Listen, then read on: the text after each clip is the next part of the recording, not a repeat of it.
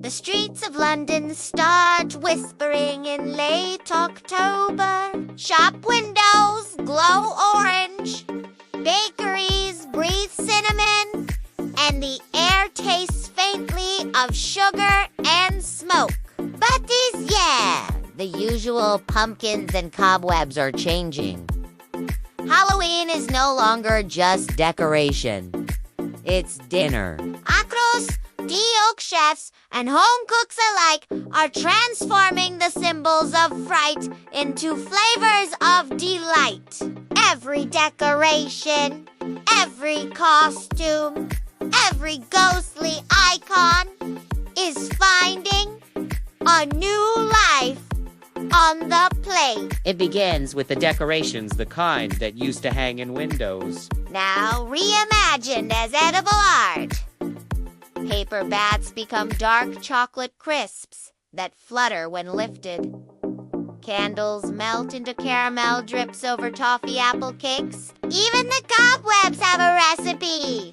Spun sugar stretched across cupcakes until they glisten like silk in candlelight. The table itself looks haunted, but warm. A place where horror turns nostalgic. Under flickering light, the first course feels like a spell cast in butter and spice. Then come the costumes, another tradition reborn through food. Someone in Manchester pipes icing fangs onto mini cheese, while in Brighton, witches brew black charcoal lattes with ghost white foam. Each dish is a disguise. Sweet that pretends to be sinister. Savory that looks possessed but tastes divine. There's laughter as guests bite into monster eclairs that bleed. Raspberry cream. Food becomes theater. Every bite a reveal. The night's energy is mischievous. Adult cinematic. You're no longer just eating. You're performing Halloween itself. A flicker of nostalgia creeps in. Halloween 1978. Retro sweets return to the shelves, treacle toffee. Honeycomb shards and candy necklaces. But now they appear on charcuterie boards, beside figs and dark cheeses.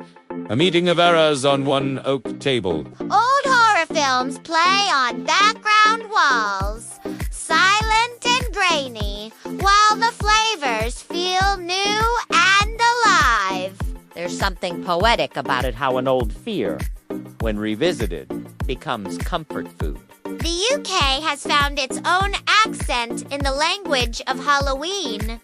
Elegant, eerie, and slightly self-aware. Further north, the high street hums with food-driven curiosity. What was on say a Halloween store near me now doubles as a pop-up bakery selling coffin-shaped scones and ghost meringues. Display shelves overflow with edible spiders, their chocolate legs delicate as lace.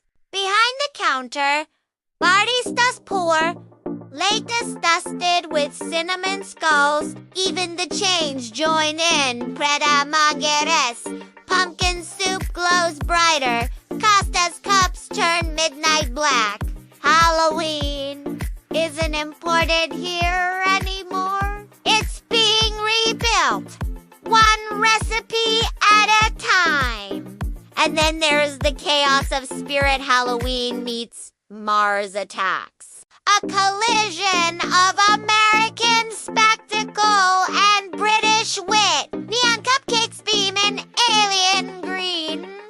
And jelly shots swirl like UFO trails under strobe lights. The music thumps, lights pulse, and yet the flavor anchors it. All custard mint and lemon curd beneath a cosmic glaze. It's absurd and brilliant at once. The UK has taken the loudest, weirdest parts of American Halloween and turned them into culinary art installations. Every plate says, "We see your madness and we like it too." By mid-October, over. Everyone's counting down the days. How many until Halloween becomes the season's question, and its answer arrives in cookie form. Biscuit calendars with numbers iced in black crumble one by one each evening. Families gather for small potluck frights, where every guest brings something homemade and slightly alarming. A pot of blood red stew bubbles next to a bowl of ghost-shaped bread rolls.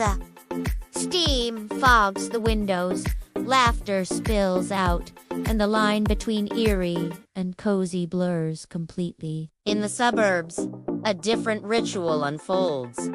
The pumpkin blaze. Rows of carved gourds light.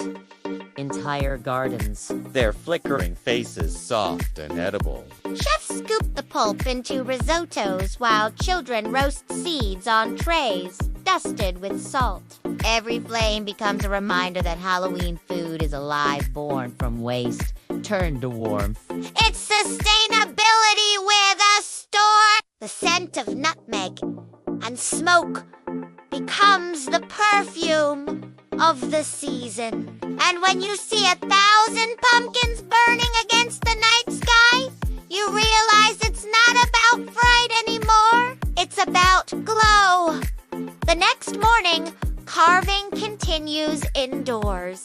Families turn leftover pumpkins into velvety soups, pies, and bread. Even the strings, so-called guts, are tossed into skillets with garlic and butter. Halloween teaches transformation.